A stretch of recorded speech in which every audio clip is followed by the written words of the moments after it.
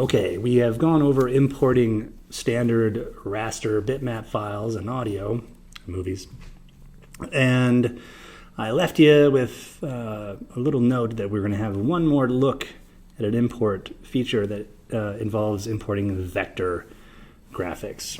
And so I want to do that right now. Two things are going to happen. I'm going to import a raster file, just like we did in the last one, and I'm going to import a vector file. We're going to have a look at just the reason you would use a vector file over a raster file. And that's really it. I mean, the importing is virtually the same process. So I'm going to import my man in park with cat, and I'm going to import that as composition retaining layer sizes. It's a PSD. All looks good. Yes. I'll move that little folder of the artwork into the art folder. And then now I'm going to import the man in park with cat.ai, which is an Illustrator file.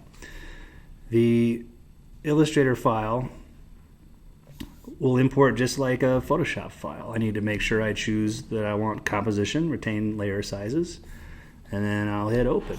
It doesn't ask me about layer effects because there really aren't any in it, and that's not the way that Illustrator works. And you shouldn't apply any effects like that in Illustrator files if you're going to be using them in After Effects, because you can just do that in After Effects. Okay, I'll move that folder of art into the art folder as well. So in my art folder, I have two folders that look the same. This is going to get a little tricky, but if you just open them up, you can tell which ones are which. So I might even change the name of the folder to something like man vector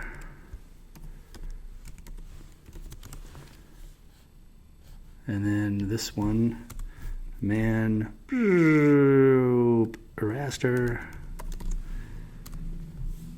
Great, and then I'm gonna do the same thing with these files. This one is named number 2, so that means that it's the vector man vector and then man raster.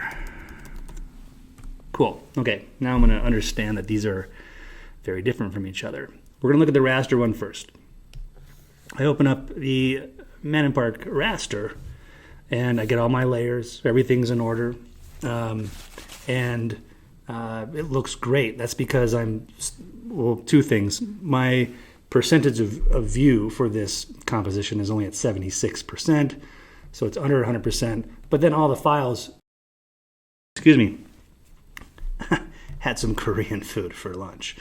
All of the files are also going to be at 100%. If I hit Command A for select all and then hit scale, we can just quickly look down and see that all of these layers are at 100%. And they should look great at 100% or under. But what happens, I'm going to hit scale again to close those, and Command Shift A to deselect all. I'm going to take I guess I'll do the cat. And I'll even solo it, just so that we're only looking at the cat. This is a good time to think about those little buttons, right? Solo. Everything goes away except for the cat. It's still in the project file. I don't have to look at anything else. So if I open scale for the cat, and I zoom in, way in, let's get way in close. Over 1,000%. Take a look at the line quality and the edge quality of this file. This is the problem with raster-based images, pixel-based images, is that it's not going to communicate through mathematical equations the ability to keep it looking great and clean. That's why we never go above 100%, or at least just like the tiniest bit above 100% in scale. Otherwise, you lose all of that really great, crisp visual integrity of our images. So that's what happens. That's why we have vector images as an option out. Now, if I click on Man Vector, here we go again, all the same layers. Everything is here. Looks great, still at 76% view. All of my layers are at 100% still, because that was their native size being built and then delivered into After Effects. Now if I take cat and go about the same, I think I was at 1120, so 1120%. So I just blew that up. Oh, I'll solo that too. Oh look, they kind of look the same. Right? Oh shoot, Greg, I thought you were just telling me that vector was better. It is. All I have to do is on any vector layers is enable this feature called continual rasterization.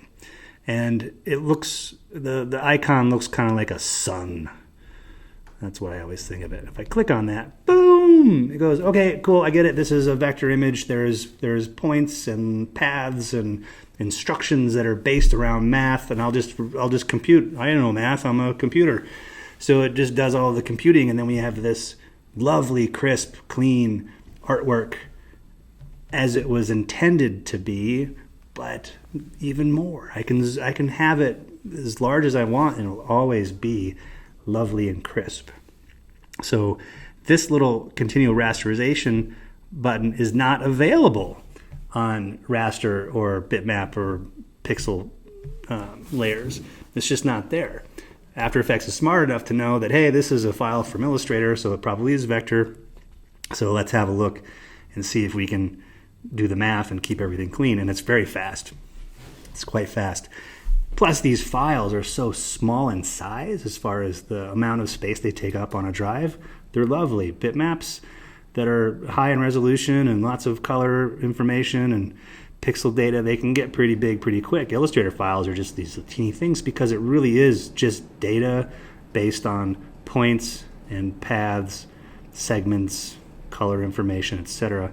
That's just instructions, and that's lovely. So that is the difference between a Illustrator file and a Photoshop file, or a vector file and a raster image. You don't have to use Illustrator or Photoshop. There are other programs out there that deal with vector and raster editing, but that's the little sweet tip. So any sort of graphic work like logos, titles,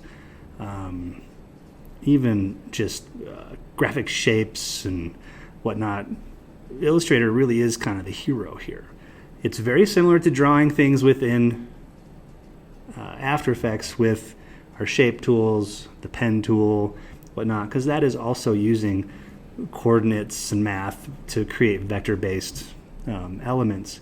So you'll see that little feature of continual rasterization will work with native After Effects graphics. Okay, I think that's all I was going to cover.